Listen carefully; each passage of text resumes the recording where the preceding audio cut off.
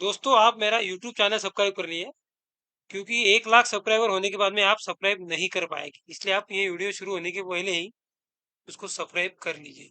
Thank you. करीब 22 लाख रुपए per month as a salary करके, फिर इंसेंटिव और बाकी चीज़ें अलग। और बताइए, बड़ा अमाउंट कैसे क्लोज करते? बैठिए बैठिए। सबसे पहले देखो, कोई भी पॉलिसी बेचने के लिए उसका ट्रस्ट जीतना पड़ता। बड़ी पॉलिसी बिना ट्रस्ट जीते होती नहीं। और to be very frank, policy बेचनी नहीं पड़ती, वो खरीदता है अपने से। हर बड़ी पॉलिसी सामने वाला खरीदता है, अपने को बेचनी नहीं पड़ती है।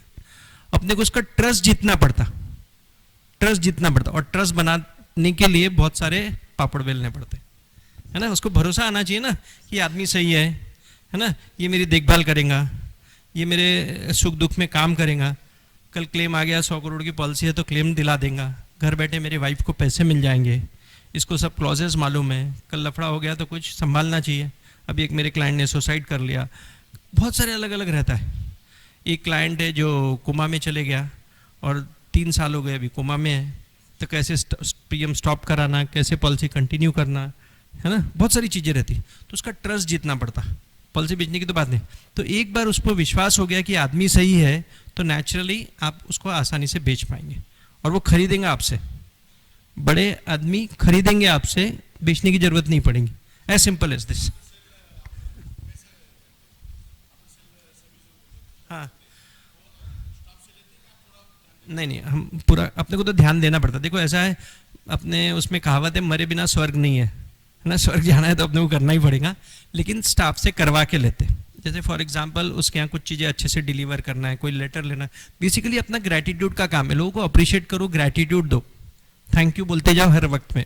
उसके बारे में जो भी अपॉर्चुनिटीज़ मिलती, मैं खुद ग्रैटिट्यूड डे मनाता हूँ। मैंने आज ही अभी मेरे रिसेंटली 14 सितंबर को, 14 सितंबर को ग्रैटिट्यूड डे करके मेरे को 37 ईयर्स पूरा हुआ। तो I said in staff meeting also sir कि we should not celebrate gratitude day one day, है ना, और tell people on the one day, every day is a gratitude day. Gratitude day यानी लोगों को धन्यवाद देना, लोगों को अपने ऊपर आभार प्रदर्शन करना।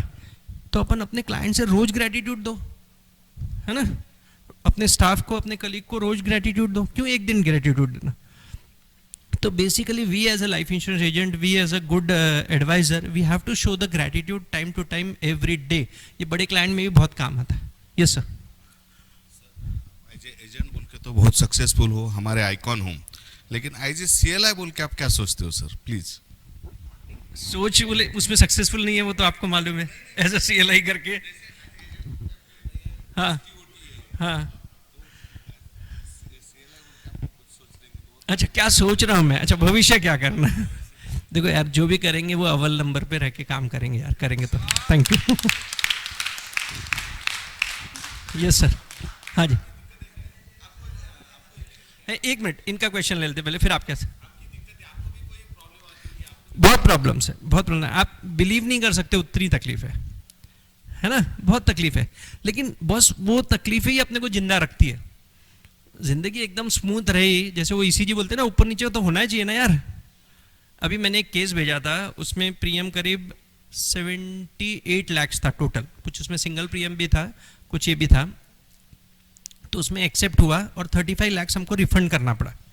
कम इंश्योरेंस मिला, है ना, माइनर लाइफ थी। आजकल एलआईसी बड़ा इंश्योरेंस नहीं देती। अब क्या बताऊँ, पॉलिसी बेचने को 3 साल लग गए, पॉलिसी बिक गई, फिर रिफंड करना पड़े। तो ऐसी बहुत सारी हर मोमेंट पे हर तकलीफें आती है। Yes sir. आपका शेड्यूल कैसा रहता है सर दिन का? डेली शेड्यूल देखो ऐसा है, जिस तरह से मैंने बताया, डिसिप्लिन की बात की हम, डिसिप्लिन बिना कोई सक्सेसफुल नहीं हो सकता है। जैसे एक स्पोर्ट्समैन में डिसिप्लिन रहती, जैसे यहाँ पे नागपुर में मैच था तो एक दिन पहले आ गए, वो लोग ने प्रैक्टिस किए, तो वैसे ही अपने को रोज़ प्रैक्टिस करना पड़ता। तो मेरे को रोज़ क्लाइंट के पास जाना पड़ता है। मेरे शेड्यूल में दिन रात मैं क्लाइंट के सामने रहता हूँ। मैं ये बिलीव करता हूँ, अगर मैं कस्टमर के सामने नहीं बैठा हूँ मतलब मेरी दुकानदारी बंद है, एज सिंपल एज दिस। लेकिन अभी मेरे 2 कस्टमर हो गए, थैंक यू। अभी मेरे 2 कस्टमर हो गए, या तो मैं किसी सीएलआई एजेंट के घर पे हूँ या फिर कस्टमर के हूँ। तो मेरे को सीएलआई एजेंट से मिलना है या फिर क्लाइंट से मिलना, और कोई काम नहीं है। बाकी सब मैं फ्री रहता। सैटरडे को मेरी ऑफिस में मीटिंग होती है सुबह 8:30 बजे से लेके 11 बजे तक। तब मैं सैटरडे को मेरे सभी स्टाफ को मिलता हूँ, वेनसडे को एक मार्केटिंग मीटिंग होती, तो उस दिन मैं सब मार्केटिंग वालों को मिलता, बाकी दिन मेरे को ऑफिस नहीं जाना पड़ता, फाइल में ऐसे बांध के पेपर घर पे आ जाते तो घर पे साइन हो जाते, और मोस्ट ऑफ द थिंग मेरी वाइफ भी इन्वॉल्व है तो वो देख लेती है बैक ऑफिस का। एक मिनट, क्वेश्चन बता, ये सब छोड़ दो। हाँ हाँ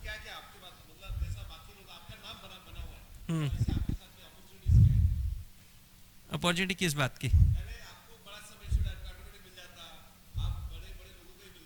ऐसा ऐसा देखो, ऐसा है, ये सब भ्रम है, कुछ नहीं मिलता है ना, ऑटोमेटिक कुछ नहीं होता है भैया, ऑटोमेटिक करवाना पड़ता है ना, कहीं कोई वैल्यू नहीं है, ये कोई अपना वैल्यूएशन। देखो ऐसा है, मैं तो चेयरमैन से भी मिला था हैदराबाद में, तो हम लोग अलग भी बैठे थे, मैंने बोला हमारी एजेंसी कन्वर्ट कर दो प्राइवेट लिमिटेड कंपनी में, ताकि मैं अपना वैल्यूएशन बेच सकूं। क्या फ़ायदा है वैल्यूएशन का?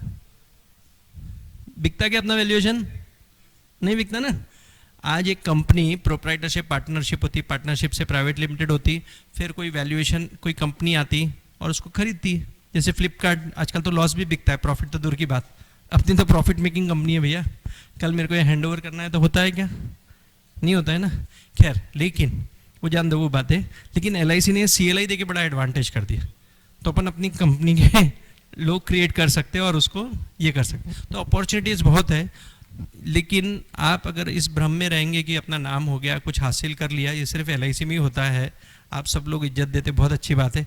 जब कस्टमर के पास जाता है, जैसे मेरे बॉम्बे में जब मैंने नया चालू किया, अभी भी बहुत सारे जगह जाता हूँ मैं, तो लोग बोलते हैं यार बहुत लोग करोड़पति हो गए, तो आप 1 करोड़ का तो काम कर लेते होगे ना साल में, ऐसा करके पूछते हैं अभी भी। तो भैया यही वैल्यू है अपनी, अपन एजेंट है वही इंपॉर्टेंट है। yes.